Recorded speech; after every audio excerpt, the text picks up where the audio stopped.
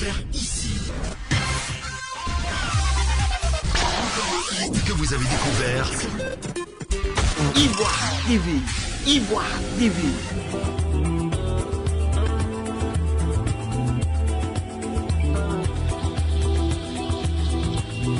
Les droits des femmes et l'égalité des sexes sont au cœur de la célébration de la Journée internationale des femmes ce 8 mars 2020. Je suis de la génération égalité. Pour les droits des femmes et un futur égalitaire. C'est le thème retenu pour cette édition. 25 ans après l'adoption de la déclaration et du programme d'action de Beijing, une feuille de route pour favoriser l'égalité des sexes. À l'instar des autres localités de la Côte d'Ivoire, la région de Gbeke n'est pas en marge de cette célébration. Une occasion pour mettre à nu les difficultés rencontrées par les femmes de cette zone du pays. En général, elles sont confrontées à plusieurs problèmes. Bon, je peux dire les problèmes sexuels, les abus sexuels. Elles sont beaucoup marginalisées dans notre société. Voilà. Maintenant, elles n'ont pas assez de place dans notre société. Voilà, elles sont marginalisées, sont prises par les conditions désastreuses par la société. On dit que les femmes sont vraiment confrontées à plusieurs problèmes. L'infidélité, la maltraitance, la souffrance au foyer. Bon, les femmes sont confrontées aux problèmes de sexe, discrimination, marginalisation. Les croix supérieures de la société, pourtant, ce n'est pas vrai. Elles sont capables de faire tout ce qu'on fait. D'abord, la négligence de la femme africaine même, voilà, dans la société. Et puis aussi le fait qu'elle est mise à une place inférieure au niveau de l'homme. L'analphabétisation de la femme, voilà. Devant ces difficultés, les populations en général et les femmes en particulier fondent leur espoir en l'État de Côte d'Ivoire. Pour elles, des actions d'envergure doivent être entreprises pour leur apporter le bonheur dont elles ont droit.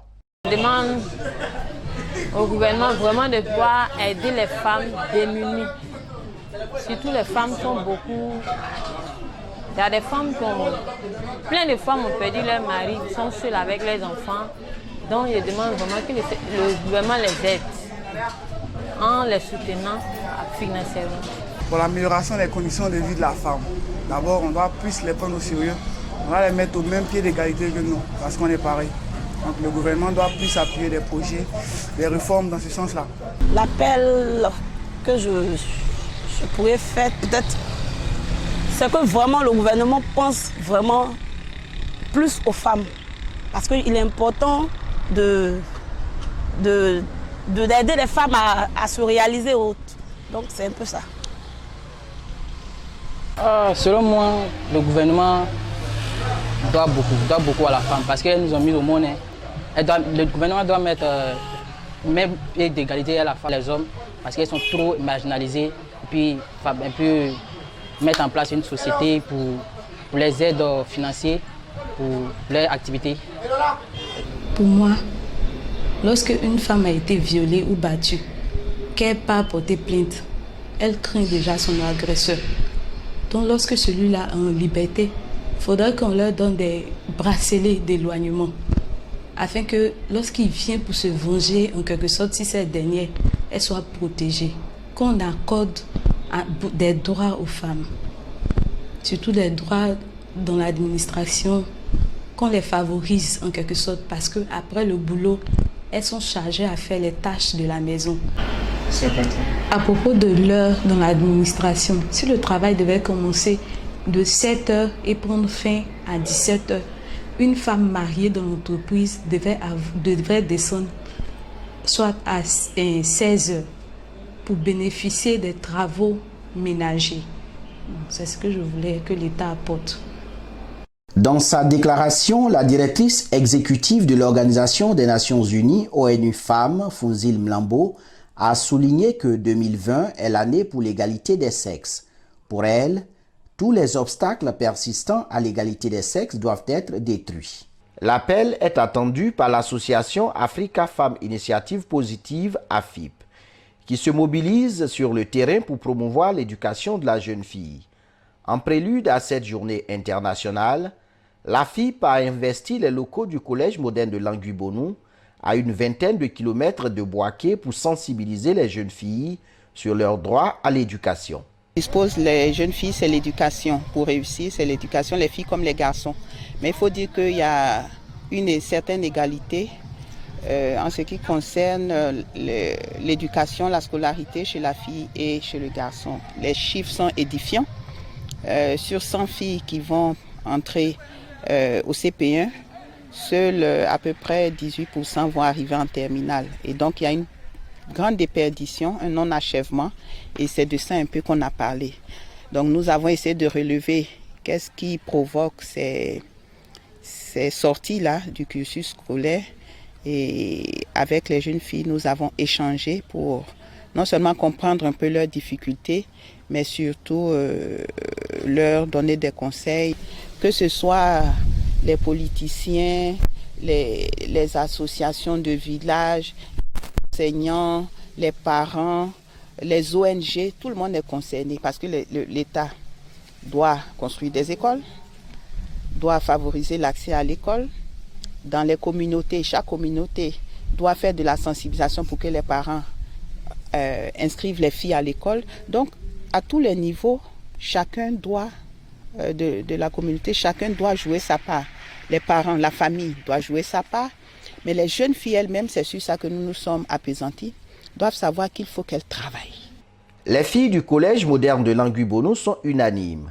Seule une bonne éducation peut favoriser l'égalité des sexes et le leadership féministe. Je vais vous dire les amis, nous les filles on rencontre beaucoup de problèmes lorsque nous partons à l'école. Mais ce n'est pas pour autant que nous devons abandonner l'école. Nous devons avoir l'amour et le désir d'être des femmes de valeur demain pour contribuer au développement de la Côte d'Ivoire. C'est vrai, nous sommes dans un milieu rural, mais nous nous battons pour nos études. L'argent que nos parents ont investi dans notre étude, nous devons leur rendre demain. Et pour cela, nous devons fermer nos jambes et ouvrir nos livres. Dieu fera le reste. L'AFI peut étendre ses activités à l'ensemble du territoire national. Pour la présidente nationale, Danielle Diblé, les femmes doivent faire preuve d'un engagement ferme pour mettre fin aux injustices dont elles sont victimes. Promouvons la valorisation des talents, certes, mais le leadership et l'entrepreneuriat. Il faut vouloir pour pouvoir accompagner les uns. On a reçu, nous devons aussi donner. Donc il faut déjà s'engager, tenir ses promesses et conduire en étant soi-même un modèle. Ce n'est pas à quelqu'un d'autre de faire notre bonheur. Nous devons faire nous-mêmes notre propre bonheur. Et notre bonheur passe par quoi? Ça passe par notre engagement, par la promotion de nos valeurs et par le désir de soi-même s'épanouir. L'instance dirigeante de l'AFIP région de Bouaké est désormais connue. La nouvelle présidente compte apporter son grain de sel au développement de la région avec l'adhésion des femmes dans toute leur diversité. Vous avez assisté avec moi à la cérémonie d'investiture. Dieu merci, tout s'est bien passé. Nous sommes au terme de notre cérémonie. Je lance un appel à toutes les femmes du Bouaké à venir adhérer massivement au réseau AFIP. AFIP, c'est le développement de la femme. AFIP, c'est le réseautage. AFIP, c'est la réussite. Donc, je demande aux femmes du Bouaké, la région du Bouaké, quel que soit ce qu'elles font comme activité. Nous faisons des formations déjà, nous avons déjà eu des activités qui ont fait l'objet de projections dans la salle, la formation des jeunes filles, des œuvres de charité. Pas mal d'activités en tout cas, nous allons bousculer les femmes, les emmener à prendre conscience de la richesse dont elles disposent, leur faire prendre conscience qu'elles sont elles-mêmes génératrices de revenus. Et à partir de tout ça, nous pensons que les résultats vont suivre. Journée internationale des femmes édition 2020, dans l'espoir d'atteindre les objectifs fixés, la technologie et l'innovation sont sollicités.